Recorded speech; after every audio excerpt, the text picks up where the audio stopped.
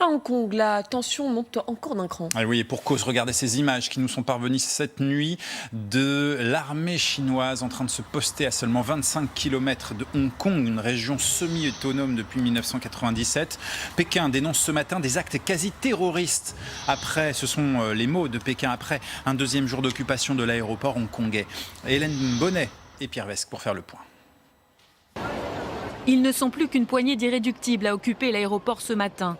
La veille, la police a délogé la plupart des manifestants pro-démocratie par la force. Des scènes de chaos dans l'un des plus grands aéroports au monde, bloqué depuis 2 jours. Utilisation de gaz poivre, interpellation musclée. Les barricades de chariots installées par des manifestants ne tiennent pas longtemps.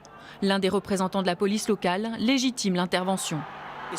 C'est seulement parce que des individus ont bravé la loi que la police devait la faire respecter. J'espère que le public comprendra que la police doit utiliser la force pour contenir les violences, une force que nous utilisons toujours avec retenue.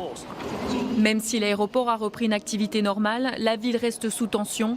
Ces images de camions militaires chinois tournés par des habitants de la ville de Shenzhen, puis immortalisées par la propagande chinoise, ont été relayées par des médias publics. L'armée annonce des exercices, mais cette présence à seulement 25 km de Hong Kong laisse planer la menace d'une intervention. Après l'agression de 2 Chinois hier à l'aéroport, la Chine durcit le ton contre les manifestants et dénonce des actes quasi terroristes.